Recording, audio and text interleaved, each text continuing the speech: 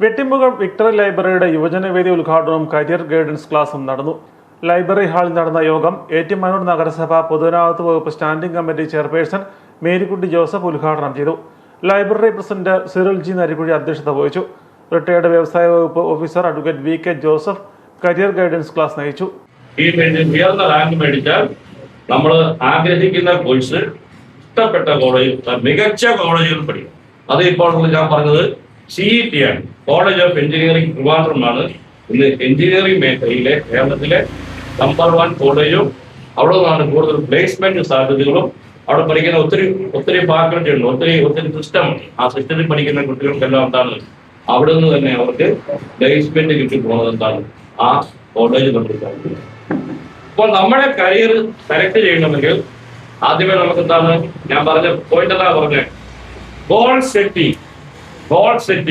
നമ്മുടെ ലക്ഷ്യം ഇപ്പോൾ തന്നെ നമ്മൾ സെറ്റ് ചെയ്യണം.